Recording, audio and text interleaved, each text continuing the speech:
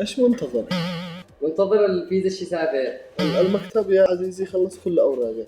الان العملات تخرج خارج اليمن، تروح للسفاره وتقعد اكثر من شهرين. عادي وانا منتظر لهنا.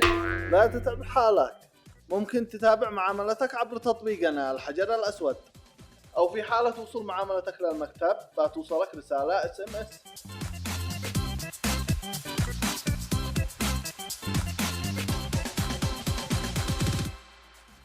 اقول لك خلي اخوك يسافر، بننطلق بدعمك لهنا. انا مدري. انت مالك اخوك، انت داريبه. وصلت لي رساله من المكتب انه الجواز مؤشر وجاهز. حلو جدا. اتصلوا من عندك، انا ما فيش معي رصيد. على طول ابشر. كم الرقم؟ 4 7. ايوه 4 7 9 3 6 0. صرت اصلا هي عشان ندعمك الليل. مشغول.